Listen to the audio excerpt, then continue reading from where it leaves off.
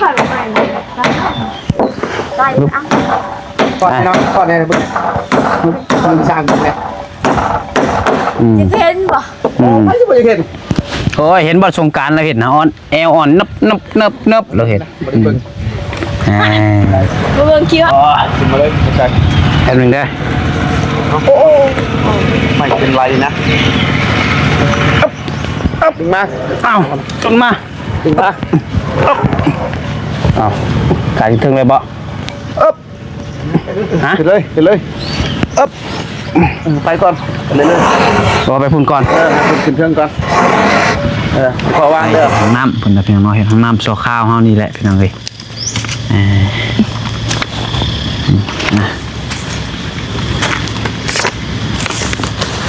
บอกแต่ว่าพอลุงพี่น้องหน่อยพอลุงใจดีทางฝั่งไทยเพิ่นก็เคยซอยเจ้าตลอดจีดอกเพื่อกับบ่ได้บอกพี่น้องเนาะมีแต่ให้เจ้าขอบคุณเพื่อนก่อนเด้อทางพอลุงใจดีนี่บ่ทางฝั่งไทยเอาสมมติว่าเบิ่งนี่บ่คานนี่บ่ความจริงบ่เจือนบ่แม่ว่ายันเจือนแต่หอนมานี้ก็บ่ไปจะมาอีกบ่พี่บ่ซะแม่นมันกระเจือนนั่นแหละคือเฮาสิถุงมาเลยได้จ้ะเอาดิก็คุดแต่นี่ย่างมาพี่เนาะแม่นเลยเอามาแถวนี้เนาะแทกเอาแล้วจักเม็ดให้บ่สร้างแทกให้ซากอะไรแทกอะไรคันนี้ตกลักเลยมาคันนั้นพอคุดเลยโดย50ดำพอคุดได้อยู่ดอกคุดทำแทกแปลงให้เพื่อนเลยเพิ่นคุดได้ยันมาถือกับลูกคุดตัวนี้เนาะแม่นคุดถ่ารถเด้อคันว่าว่างๆอะไรเพิ่นมาคุดพากันมาคุดรถเด้อ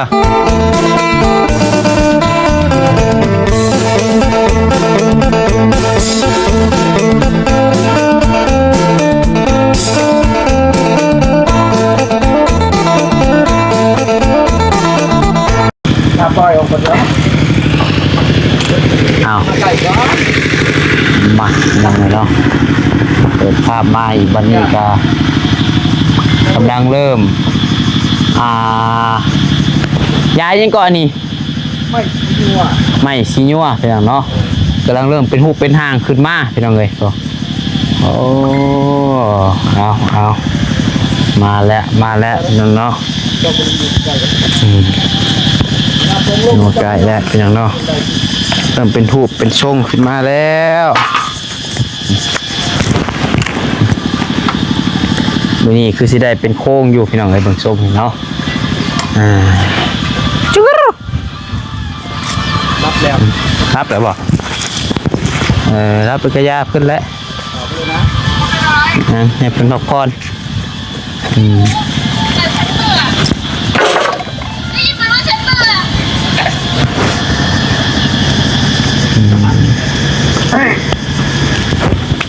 สาวพี่น้องเนาะ FC หลายคนก็ว่านั่นพี่น้องเนาะเพิ่นว่าต่อออกมาทางหน้า3ต้นผู้ดีงามเพิ่นน่ะพี่น้องเอ้ยแต่ว่าทางน้องพัดไซปรึกษากันกับทีมงานหลายๆคนก็ว่าเห็นแบบทรงเฮือนน้องอูน้องอีเลยซะพี่น้องเนาะเพราะว่าง่ายๆก็ความไม้ต่อก็จะหาสั่งมาแบบพอกันพี่น้องเนาะระเบียงมันก็สิยากอีกพี่น้องสมมติว่าเฮาเฮ็ดก็ออกมาอีกเพราะว่ามันต้องได้ใช้เวลาอีกมันต้องได้ถ่าคือตอนนี้ก็งบก็ยังบ่ทันมีพี่น้องเนาะงบบ่มีเพิ่นยังบ่ได้ฝากมาเพิ่นว่าแค่ว่าสิซอยซื้อพี่น้องเนาะทางบ่ใช้ก็เรียกว่าให้ทางบ่สร้างเพิ่นนี้จัดการเฮ็ดแบบเพื่อนน้องอูน้องอีเลยพี่น้องเนาะเพราะว่ามันจังสะดวกสบายมันก็ไวก็บ่สร้างแน่พี่น้องเอ้ยเนาะคันเฮาก็ออกมาอีกมันก็สิยากเอาดินเข้าอีกพี่น้องเอ้ยอันนั้นเอาเป็นอนาคตซะสมมติว่ามีผู้รักผู้ใหญ่อยากช่วยอยากซอยก็เฮาเอาตัวนี้ก่อนพี่น้องเนาะเอาตามขั้นตอนมันซะเนาะคันเฮาก็เอามาอีกก็คือว่ามันสิยากนะเนาะแดดมาแล้วบัดนี้พี่น้องเอ้ย เอาเบิ้ลกระกาบทักทายสบายดีส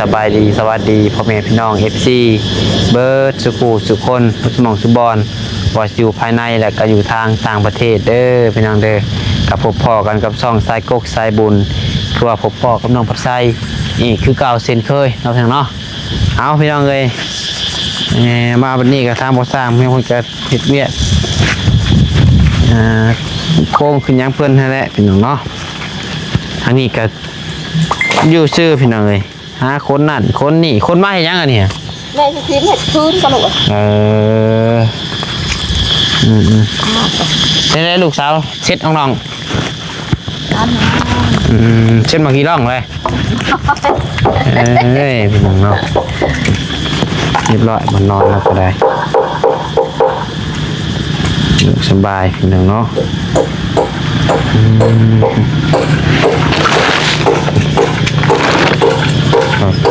มาใส่นี่เลยโอ้ดอกกระเจียวมาจะใช้อันนี้เพิ่นซื้อบ่เขาเจ้าไปหากำลังชี้คอเห็นแล้วคอซื้อเอาให้นอนพี่น้องก่อนกับพี่น้องเดี๋ยวน้องมาใส่สีผ้าขึ้นไปเบิ่งทางพอสร้างพื้นที่เวียกจังหน่อยนึงน้องเนาะเดี๋ยวจังลงมาให้คุยกับน้องหน่อยเพิ่น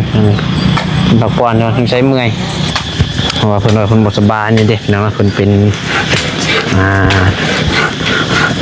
รอบเดือนน้องเลยเก็บมาซีนเห็ดพื้น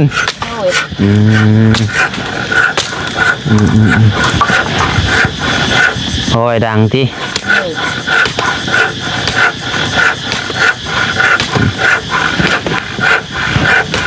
ใช่นี่แดดมากเลยวันนี้เนาะแดดมาแล้วเฮ็ดมาที่บ่ได้แล้วนี่นะได้เจยเด็ดข้าประช่างที่จูดมาเลยบ่อนโตช่างนี่โตนี่บ่ชูดนี่ต้นใหญ่แม่งกระตูดมาเลย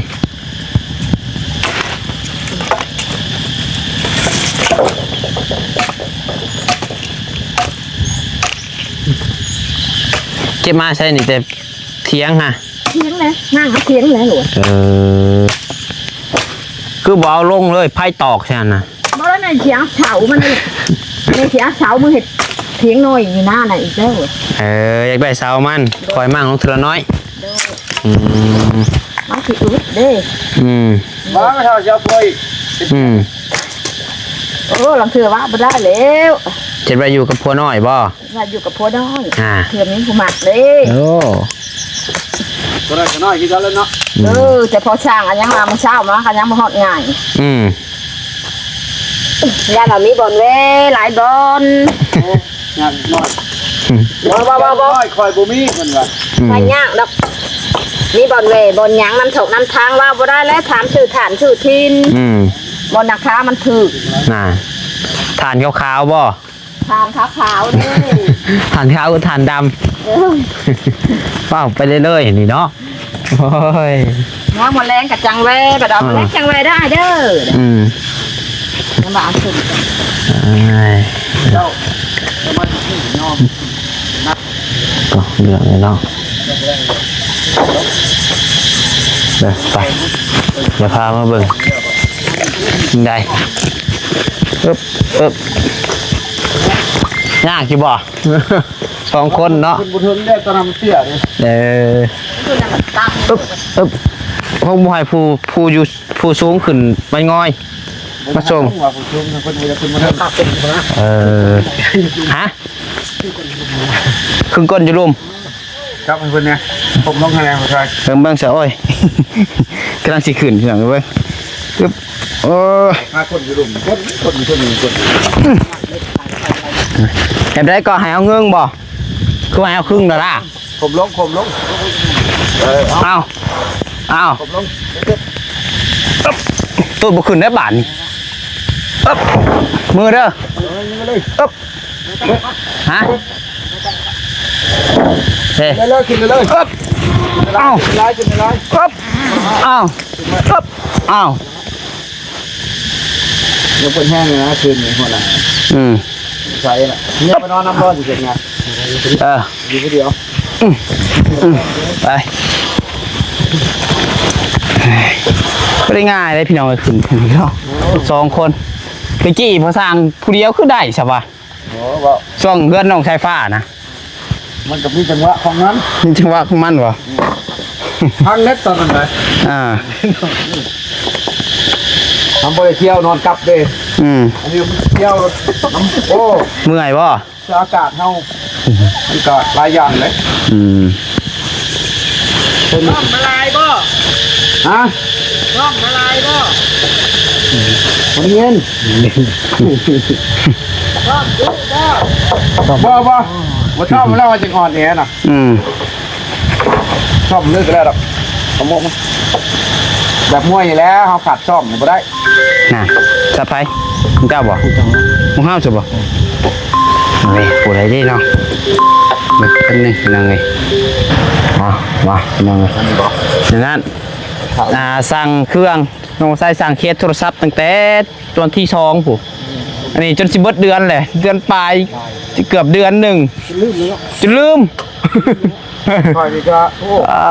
เดี๋ยวพี่น้องเนาะ แล้ว จนสิฮอดเดือนพี่น้องเลยโคตร นั่น โพ น้อยเลยแห้งแล้วเมียข่อยก็หน้าใหญ่ก็ถ้าเขาแป้งนี่โอ้ย คือกระแป้งกับครีมก็เบิดแล้ว จริง เอาไปก่อนเนาะ เดี๋ยวถ้ามือละโลคุณ บ้าลง เนี่ยเจ้าอะไร โอ้ย ยอมเลยเหรอ ไอ้หอมตลอดเนาะ เอาแล้วหอมก่อน คือสิแบบ มาเล่าท่าแล้ว เอาเลี้ยน้ำมาได้ตอนนี้คนจับเหมือนแบบ โอ้ยสมมุติว่าคือหน้าไกลคือเจ้านี่ถ้าอยู่หน้าทั้งพี่หอมแล้ว แป้งหัน โอ้คือมาคักเทเว้ย หอมกบอยู่แล้ว ลูกชายบุรีมาหาเลยว่าลูกชายโทน พวกกับรับเข้านี่ก็ดี ย่างลูกไอ้อ่อน ไหนว่าเพิ่นกาดเลยเนาะ จังไดคิดจังได มื้อนี้เราโดนมากพี่น้อง FC ว่าเอาโดนมาบินให้เบิ่งทุกมื้อเด้อพุ่นน่ะโอ้ยพี่น้องเนาะบินทุกมื้อก็เฮาก็ต้องเบิ่งพี่น้องเนาะเพราะว่าบินทุกมื้อหลายยัน FC เบื่อกลับมาถือมายากบ่เทื่อเครื่องคองเฮาหลายพี่น้องเอ้ย คอยสิประเทศเรียกจะถือมาคอยสิเบิ่งอีก สิเบิ่งอีกบ่สิได้เบิ่งจะบินโดนแล้วติ ละถามมือแล้วประชางแน่ยิงแน่บาทนึงบ่ได้ยินแถวนั้นแหละก็ตามเดิน จ้างได้ ฮะ จ้างได้ โดย มีค่าโตได้เห็นว่ากันเนาะ จะให้มีห้องนึงกับใครหน่อยนึง เริ่มบินเก่งไงมีค่าโตแล้วบาทนี่ โอ้ยเนี่ยมันแล้ว โอ้ ย่างไอ้ลูก บ่มี อันนี้นี่มาสอบเมื่อวานนี่หามาสอบมาซื้อยังบ่เป็นเมื่อวานนี่กำลังเฮียนลิ้น จ้างได้ไม่เท่าเอ้ย ย่างเห็ดนะดาย่าง เพลงเขาได้เดี๋ยวพอย่อเด้อนี่ก่อน ส่วนดินใจเลยพี่น้องเนาะ แหน่ปรับปรุงเลยแบบ กำลังเป็นทรงเนาะคันว่าทรงคันว่าคนกำลังใส่เสื้อพี่น้องเลยกำลังเริ่มมือที่3บ่มือที่4 แล้วเราเปิดหัวเลยนี่ 3คือ4 2ใช่บ่ นาเกตว่านี้ พิษจะทำไม่ได้ไรทำมาตีเป็นฟังดีสุดไม่ถ่าเห็นยังงอน มือที่2มื้อนี้ ทำมาใกล้ตื่นมาเห็นไฟโตมีเศร้ามาตื่นไม่เศร้าไม่เก่าพยายาม ยังอยากค่อยเรื่อยๆอยู่เนาะ ทำบริจาคได้มันเศร้ารุ่นนี้มาจะเป็นจะควายได้ เสา ไป มันเป็นน้ำเสาบ่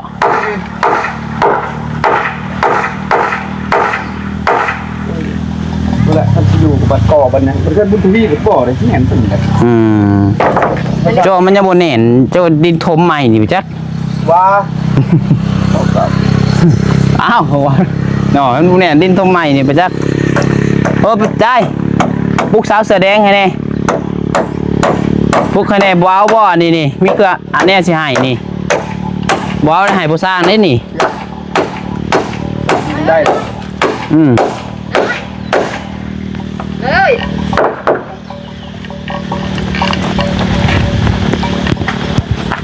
เวลาคนได้อัดห้องหนึ่งคนได้นอนเขาจะ เจ้าไปหาผู้บ่าวเด็กประจักอันนี้เนาะหิวอยู่หิวนอนนี่ถึงว่าก่อนลงก่อนได้จังนอนมื้อแรงจังนอน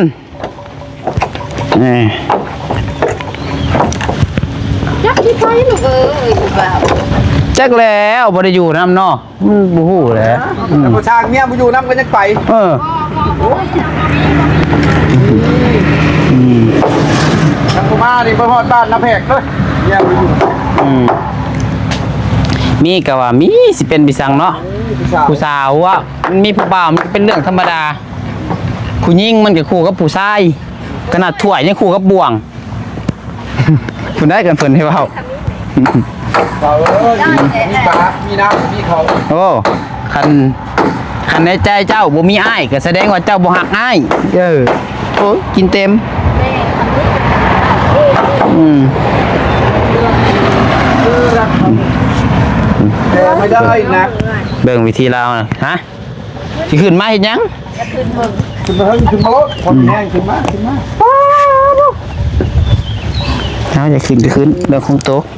มาไปใช้ก็ได้จับกล้องคนกระตอกแปะ บ่ได้บ่ตอกได้ บ่ตอก ห้วยบัดเจ้าได้เมียเสร็จได้บ่บัดใช่เวทเพื่อนบ่ บ่แหละ 330 เมียก็ใส่พ่อพุ่นแหละ โอ้กันน่าจะพ่อเป็นพี่น้องกันพ่อมาเป็นเพื่อนให้เด้อว้าวเฮ็ดอยู่ใช้ลูก อืม เฮ็ดตัวเขาเฮ็ดแล้วเชื่อ เอ้ยตอนช่วงนอนเลยบ่ตุกตุยตรงนี้ผู้ใดรับผิดชอบเลยตุกขึ้นมาเองได้ เออ นอนในไม่เท่าเพิ่นดุโอ้ยไปคุณให้ก่อนดีกว่า อืม ก่อนยิงเพียงหัวเข่าอยู่กลับมาให้มกอีมกมา อีหมูอ่ะเอาน้องน้อยเอาหมูให้พ่อสร้างแน่ เอาก็เอาหมูให้พ่อสร้างแน่ มันสิหัวจกกันเลย จงให้เอาแน่ ในกระสอบพาน เอ้ยบอกว่าเอาหมูให้เพิ่นสิหัวนี่ได้อันนั้นแล้ว เอาเงาเลยหัวแอก เอาจังหมู เดี๋ยวเอาอันนี้แหละ อันเดียว เอาหมูเดียวบ่ มันจะเอาอะไรหมก เอาหมูน้อยหมูใหญ่ หมกน้อย เออ อันนี้ก็ตัวน้อยนะจ๊ะ โอ้ยหม้อใหญ่กับชัมโมกอะไรแม่ลูกโอ้ยไปเมื่อยอะไรนี่เนาะ บ่ได้หัวเด้เนาะ เมาชวน จับไปดีเด้อได้ป่ะได้ขึ้นได้ ก่อนละ ผ่านไปได้อ่ะ ก่อนน้องก่อนเนี่ยมึงสร้างกันเลย เห็นบ่ ไม่ใช่ไม่เห็น โอ้ยเห็นบอลสงการเราเห็นนะอ่อนแอลอ่อนนับเราเห็น บริเวณ บ่เบิ่งคิวจ้าสิบ่คิดจ้าว่า ไว้ พี่น้อยมาจับอันนี้ซอย คิดว่าไม่ได้เบิ่งในโทรศัพท์เบิ่งกับเบิ่งแล้วนะ เดี๋ยวสิเอายกซอยล่านี่จัดงานจักใดอ่ะพอได้อันค่าน้ำมันรถเมื่อมื้อแรงนี่ จะไปรถไปเบิ่งคลิปคอยรถหาเจ้าอุ้มบัตรอันนั้นคอย นะ มืดคือ จำจอมัน พี่คอย จำจอแล้วแสงขึ้นคือตัวถ่ายรูปมาแหละ รักคอย โอ้ยมินก้นเด้ ใช่ปะ ก้นไปวะ กันไปเด้แม่นเนาะ ใช่ได้บัตรนี่ การว่านั่นก็มีแต่ทูดไปพุ่นแล้วให้พัดชัยเอาขึ้นก่อนทูดไรพุ่นให้พัดชัยเอาขึ้นมากกว่าสร้างก็ โอ้โถ ก็หลุมมาบัดจอดตาบอดขัดเท้าเอาเด็ก เหยียบนี่เนาะ ได้ขึ้นมาเลยพัดชัย แป๊บนึงเด้อ ไม่เป็นไรนะถึงมา เอ้าจนมา ถึงมา เอ้าการถึงเลยบ่ฮะ ขึ้นเลยไปก่อนเลย รอไปพุ่นก่อน ขึ้นเครื่องก่อนขอวางเด้อไปวันนี้มีกลับได้ไปก่อน ไปอีกบ่เอากัดเชิญ ค่อย ไปบ่ตูนมาบ่ซางตูนขึ้นโอเค ปลาทุกไม่ไหลเอาของข่อยไว้เนาะงานขับแล้วบ่ได้ตอนเห็นเป็นสายผ้าจักแห้งมาจะใส่เด้ลายแท้คัก มาให้เพื่อนน้องน้อยน่ะแฮกกันลบลง บ่แม่นแบบเฮา ไปหาลงเข้าไป อากาศ เชียวดิ อากาศร้อนหรือความร้อนแอเฮากับมัน มาไปลงเบียกลงบ่บ่ลงก็อยู่ดีแล้ว อยู่พอได้สม โอ้จะเบิ่งดูหาเลขได้ถึงหัวเจ้า ส่งกำลังใจบ่ซางติดมือข่อย ให้เลข เฮ้ยมันไปบอกมันชื่อเอา เจ้าใบนั่นดิ ตัวแดงเดี๋ยวทุบมาพี่ เด็กยัง ทุบมาเลย ไหน เด้น่ะ มีบ่ นั่นมีบ่ 69 ตัวนั้นนี่ บ่ไปยาฟูไปลงฟู มันคือตัวกงอยู่ ลูกเด้อแข็งแรงเด้อ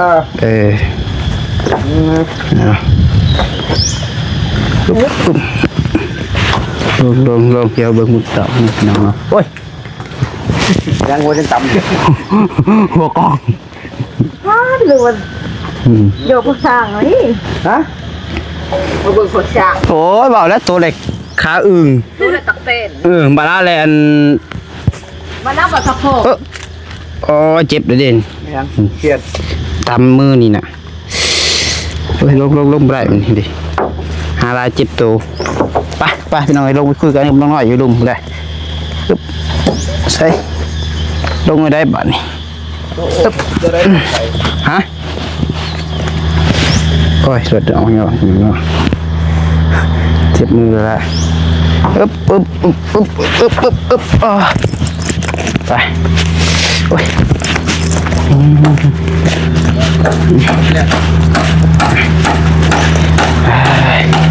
พี่น้อยมา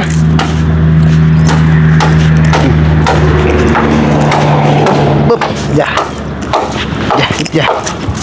เชตะกู้ เอ้ยกินน้ำปั่นไม่ได้เลยแบบ อยากกินน้ำปั่นเงินมาของไป มีอยู่10,000 มี10,000เดี๋ยวพี่นาทางนี้ดูโอเคทางนี้แจ้งกว่า เอาคู่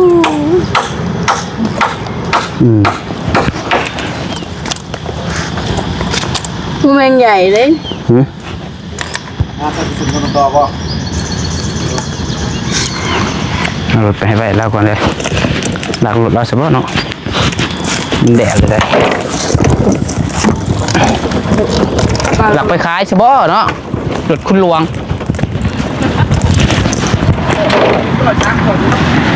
ได้ไว้อินบ่อย3 กว่านี่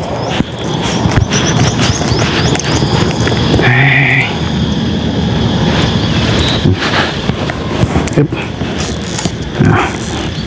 มาอย่างนี้แล้วโอเค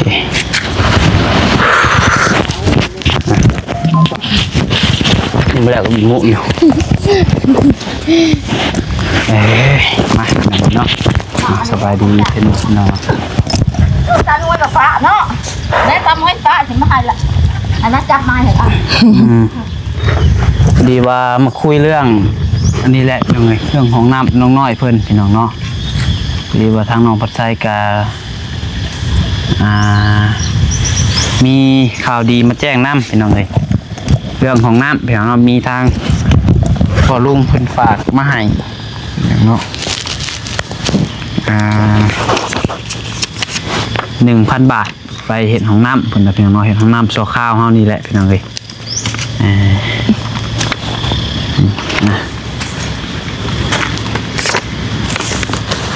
บอกแต่ว่าพอลุงพี่น้องหน่อยพอลุงใจดีทางฝั่งไทยเพิ่นก็เคยซอยเจ้าตลอดอยู่ดอกเพื่อกับบ่ได้บอกพี่น้องเนาะมีแต่ให้เจ้าขอบคุณเพิ่นก่อนเด้อทางพอลุงใจดีทางฝั่งไทย ขอขอบคุณพ่อลุงที่พาเงินมาให้ขอให้พ่ออยู่ดีมีแห้งความเจ็บบ่ให้ได้ความไผ่บ่ให้มีปรารถนาสิ่งใดขอให้ได้สิ่งนั้นสมความมุ่งมั่นปรารถนาอย่าเจ็บอย่าจนร่ำรวยเด้อสาธุ ถูกทางน้องปัดไซกตานาเป็นสะพานบุญก็ต้องขอบคุณทางพ่อลุงหลายๆเด้อที่ไว้ในใจทางน้องปัดไซเป็นสะพานบุญมาโดยตลอดขอให้พ่อลุงอยู่ดีมีแรงความเจ็บอย่าสุดใดความไข้อย่าสุมีปรารถนาสิ่งใดก็ขอให้ได้สิ่งนั้นสมความมุ่งมั่นปรารถนาอย่าเจ็บอย่าจนลำรวยๆเด้อธุรกิจการงานยังก็ขอให้เจริญรุ่งเรืองฟื้นครั้งเจ็บก็ขอให้เจ้าครั้งได้ฟื้นครั้งไข่เจ้าครั้งมีเจ้าได้เป็นเศรษฐี100 ล้านพันล้านในมื้อนี้วันนี้เด้อพ่อลุงเด้อเอาเลยมีแต่ว่าบอกให้อ้ายเจ้ามาคุดเด้อขนาดสิเฮ็ดบ่เลยเอาตามเพียนหนึ่งเฮ็ดก็บอกเพิ่นมาคุดคุ้มกับพ่อเด้อมาคุดถ่ารถเพื่อมืออ้ายมาคันวันนั่นแกเจ้าสิสร้างท่อสร้างหยังมาให้พี่น้องเนาะ พูดวางได้แค่บ่ลูก บอลนะฮะและน้องน้อยจืออยู่เปล่าพี่เจ้าว่าเช็ดบอลได้สะ นะบอลลุงสานดินร้านนะแม่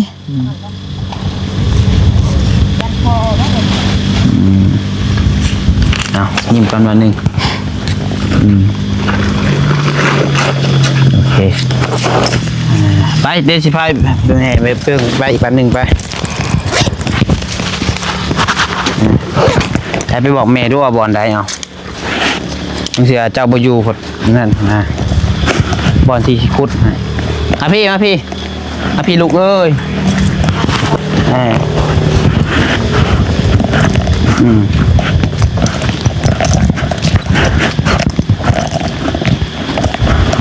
เด้แบบนี้ดิ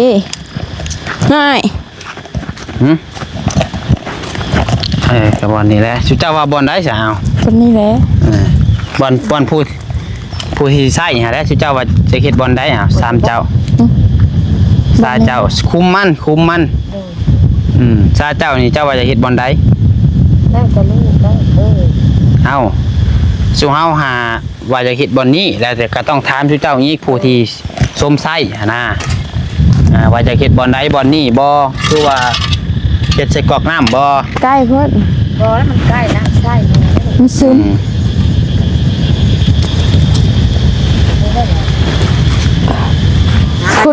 ขุดซองขุมแล้วเนาะนี่ เฮ็ดแบบคนน่ะแล้วแบบอยู่หน้าอะไร นี่นะเลี้ยงกันตัวนั้น ขุดบอลฮัทนั่นบอลฮัทก็มากับบอลนี้ เฮ็ดแบบคือกันกับอยู่หน้าอะไรประมาณขุดยาวมันเดี๋ยวนี้บ่เอาสมมุติว่าเบิ่งนี่บ่คานนี่บ่ความจริงบ่เจือนบ่ แม่ว่ายันเจื้อ แต่ หอนมานี้ก็บ่ไป จะมาอีกบ่พี่บ่ซะ แม่น มันกระเจือนนั่นแหละคือหาสิถุงมันได้จ้ะ เอา เด้เขาก็ขุด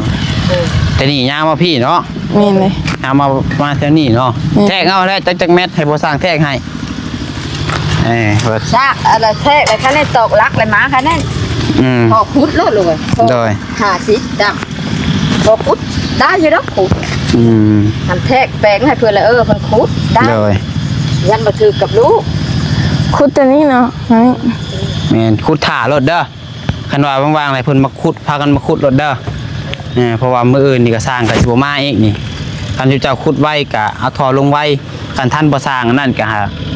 เอามาเทพื้นแล้วก็ให้บ่สร้างติดหัวส้วมให้เพราะว่าหัวส้วมนี่ยันมีคนเป็นคืออ้ายก็บ่เป็นคันตอกผ้าก็ตอกผ้ากระจาดนี่คือสิเป็นโยมั่วไปสิได้อยู่ตัวน่ะเอามีแต่ว่านั่นแหละเด้อเต็มบอก ขุดอะไรเงี้ยไปเมื่อพุดมาหรอก แอนก็คือแบบกับคุมของตัวจูน่าอะไรอันเดียวกันก็แบบนั่นแหละกดคุมแบบใดแต่จากเม็ดเดียวไปแล้วให้พอสร้างแล้วมาแทงให้ว่ากว้างเท่าไรยาวเท่าไรนะเด้อแล้วมาก่อนพอสร้างหลวงจากเม็ดก็คุมของน้ำนี่ฮะ2 เม็ดบ่4 ท่อฮะจากเด้อจากก่อจากพันถ้าทำมาสร้างก็ได้เรามาไม้ให้เนาะเอาซ้ำโตอยู่วันเที่ยงหน้าแหละพี่น้องเลยเอาซ้ำกันไปเข้าห่มไปโอเคโดยเขาเรียกอยู่ดอกดินมันทบใหม่เด้ดินอ่อนอยู่ดอกดินไถนาเนาะสบายอยู่ดอกเกินมือ2 มือก็แล้วเอาไปเบิ่งทรงแมนมันแวนดินดานดินยังเด้น้องเนาะ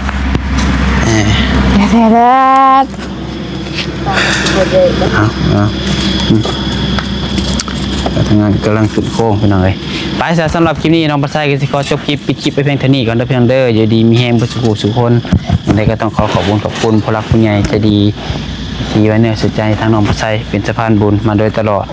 อยู่ดีมีแฮงบ่สุคนเนาะตลอดมาฮอด FC คือการเป็นน้องเนาะที่ว่าคอยซัพพอร์ตและเป็นกำลังใจให้ทางน้องปัสไซโดยตลอดมา อยู่ดีมีแฮงเบ่ทุกคนเพียงเด้อไปแล้วสำหรับคลิปนี้สบายดี